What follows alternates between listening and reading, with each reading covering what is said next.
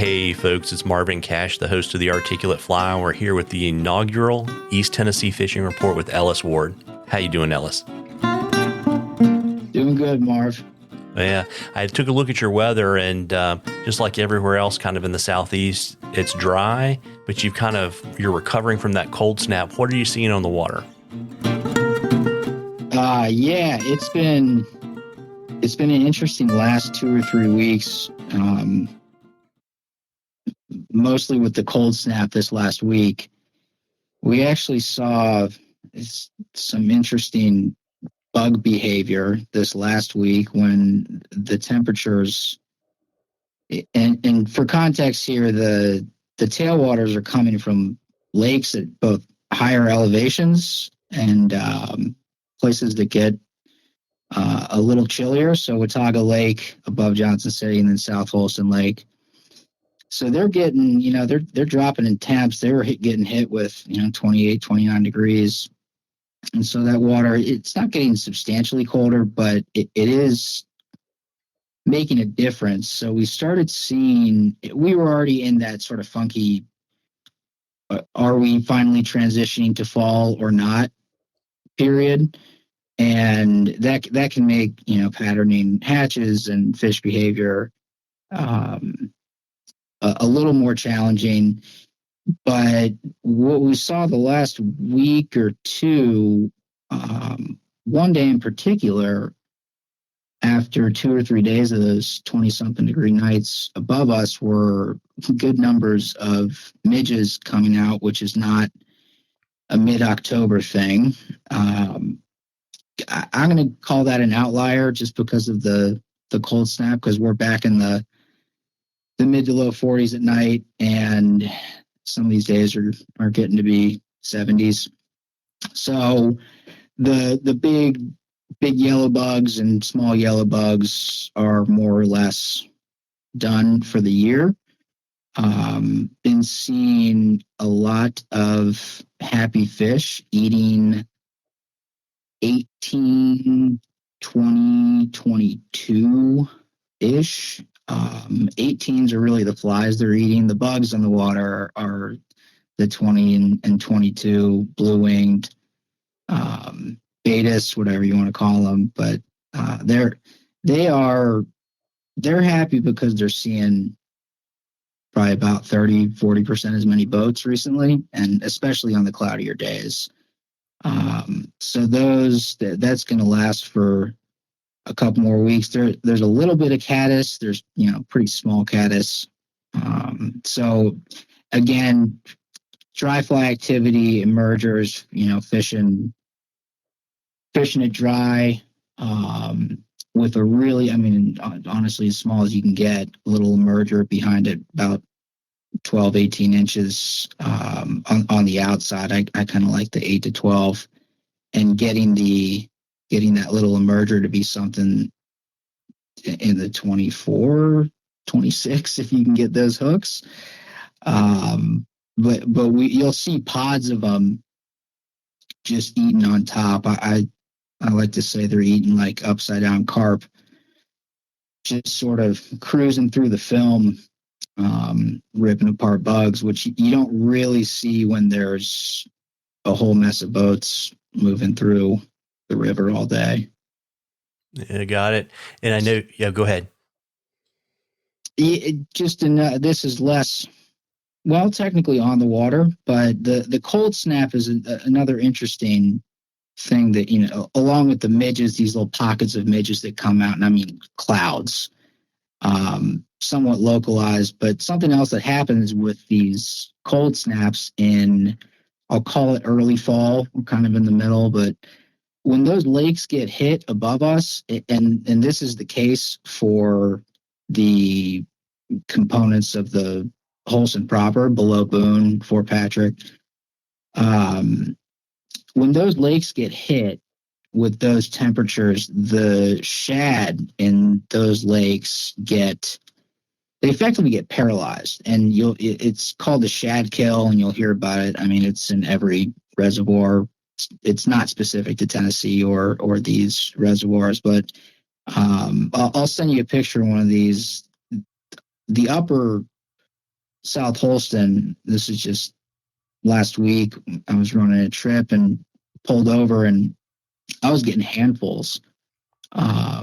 They're bigger than the 2-inch threadfin shads, but probably 3-4 inch long shad that at this point are dead because they've been in a cold trout stream. They've been pushed through generators, but they're floating on the surface of the water after there's really unseasonably cold or just quick transition cold nights. They get snapped up in the lakes above, pushed through, and then into the gullet of a bunch of fish who are stockpiling calories to spawn here pretty soon. So it's been, yeah, a little slower and tough to pattern, but there are definitely some highlights and some big fish feeding. Yeah, got it. I mean, that kind of transitions. We can talk a little bit about how to fish the shad, but I imagine that transitions pretty well into what, so many people get excited for this time of year, which is to pull big streamers. But, when you're fishing those shad, are you fishing like small game changers, something like that? Is that kind of the ticket, or is there something else? Yeah, I've found that, one, it's dependent entirely on the angler, and I will unapologetically sound redundant and sort of talk over myself because I like the small game changers. I like the little crappy changers. If my guys or gals cannot, deliver that type of fly at a certain distance, or if that's just not the program that we feel like working with. I mean, we had last Saturday, we had a day where some of the bigger one of my confidence pattern is the white dungeon, and I again think it would work just fine in yellow or olive. The bigger fish, and we weren't getting anything huge, but the bigger fish, and by the end of the day, more fish very confidently were eating the smaller dungeons. So that whole, big bait, big fish, absolutely not the case for that day. And it's hard to ignore. I'm never going to say there's a conclusion, but it's hard to ignore the fact that some of these, 3.5 inch shad were in there, and and it was the 3.5 inch dungeons, not the 4.5, 5 inch bigger profile ones that were getting the attention. But the crafty changers, and then on the gear side, just little smaller Rapalas those are always a safe bet. Yeah, absolutely. And so what are you seeing in terms of the big fish starting to kind of push up, out of the lakes to spawn? Yeah. Another part of why I like this time of year is that Boone is dropping. So the lake below these tailwaters is dropping. And what that means for river fishing is that our river now is extended by, it's about a mile, maybe a little under a mile right now. And that will continue. The big fish and that spawning behavior, or I'll call it, which is both movement and feeding, that, the big move upstream, I'd be hard pressed to say that's happening right now. The behavior, the feeding behavior, and you see it really with the larger females, they start feeling that daylight change after the summer solstice. So that feeding behavior and really, having big females knock smaller males out of the way, even for bugs. But their willingness to eat big streamers has been on display for, a good 2 months now. And it's a noticeable change. And yeah, I expect that to both continue and sort of watch it progress upstream. Now, that said, I have seen some activity some fish boated and some eats and some swipes from fish in places that, year round they aren't necessarily holding. So we're starting to see a little bit of it. Yeah, very neat. And, folks, we love questions on the articulate fly. You can email them to us. You can DM us on social media. And if we use your question, I will send you some articulate fly swag. And Ellis, you want to let folks know about the drawing we're going to have at the end of our first season of Fishing Reports?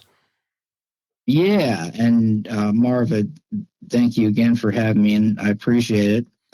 We are going to give away 2 full days of fishing with me, and included in that, so that you can get here and fish without emptying your wallets, will be 1 night at the Watauga River Lodge. That's very, very cool. Brownie's a super good dude. Is. Yeah. And so, obviously the guide game is ramping up into the late fall and into the winter. You want to let folks know kind of general availability and kind of how to find you and book you? Sure. General availability is weekends are basically booked up at this point, and some folks getting ahead of the holiday season and getting me before and after Thanksgiving, but a good amount of availability during the weeks in November.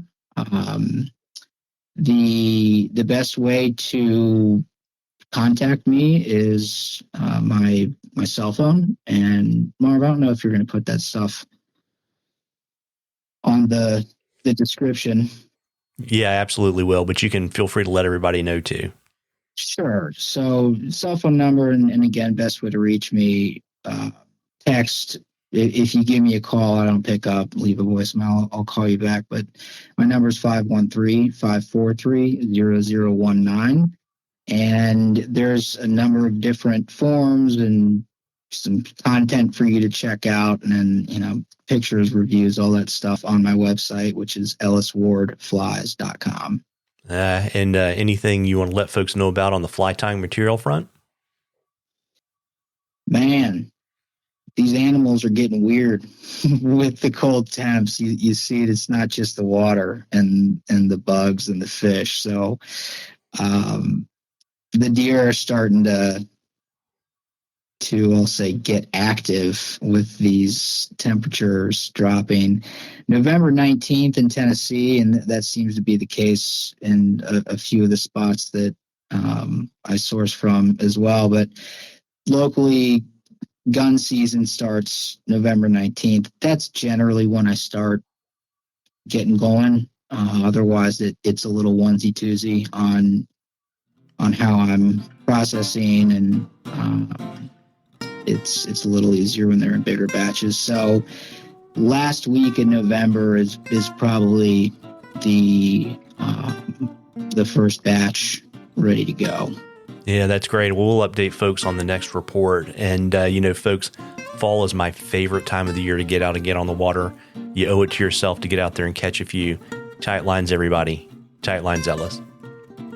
Appreciate it, Marv.